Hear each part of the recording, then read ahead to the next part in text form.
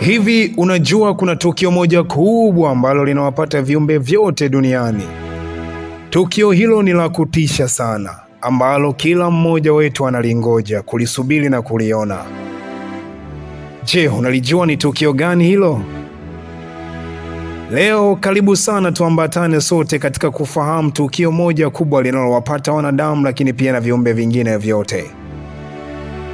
Katika kile kitabu cha Mhubiri sura ya 9 na nukuu inasema, mambo yote yawatukia wote sawasawa. Kuna tukio moja kwake mwenye haki na kwake asiye haki, kwa mtu mwema na kwa mtu mwovu, kwa mtu aliye safi na kwa mtu asiye safi, kwake yeye atoaye kafara na kwake asiyetoa kafara. Kama alivyo huyo mwema ndivyo alivyo mwenye dhambi, yeye aapaye na yeye aogopaye kiapo. Hilo ni katika mambo yote yanayofanyika chini ya jua, ya kuwa wote wanalo tukio moja. Naam, zaidi ya hayo, mioyo ya wanadamu imejaa maovu, na wazimu umo mioyoni mwao wakati walipo hai, na baadaye huenda kwa wafu. Kwa kuwa liko tumaini kwa yule aliyeambatana na wote walio hai, maana ni afadhali mbwa aliye hai kuliko simba aliyekufa. Kwa sababu walio hai wanajua ya kwamba watakufa, lakini wafu hawajui neno lolote, wala hawana ijara tena, maana kumbukumbu lao limesahauliwa.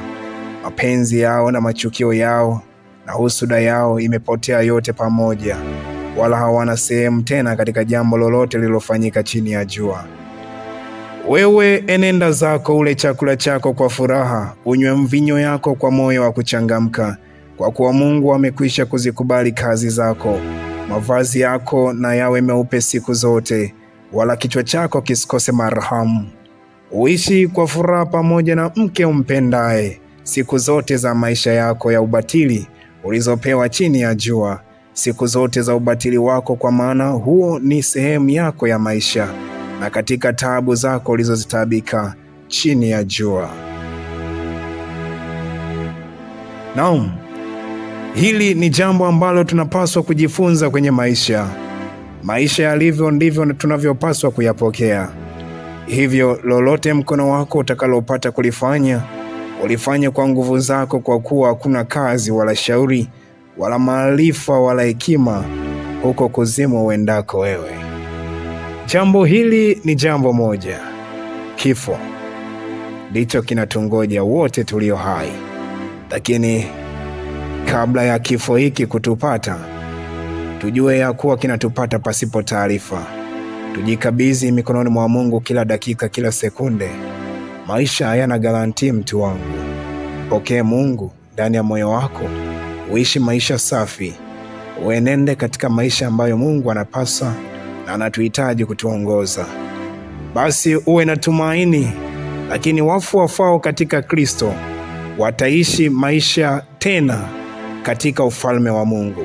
Mpokee leo Kristo awe Bwana na Mwokozi wa maisha yako, ili unapokufa ufe katika tumaini kwamba iko siku utafufuka na utafufuliwa na Kristo Yesu, umlaki mawinguni.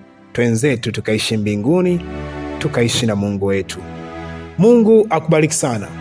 Leo nimekuletea makala hii nzuri. Kama imekupendeza, basi like, share na comment. Ni follow Instagram, Twitter, WhatsApp na kwingineko kote katika mitandao ya kijamii, Facebook pamoja na YouTube, kwa jina la Sauti ya Nuru Gizani. Bye.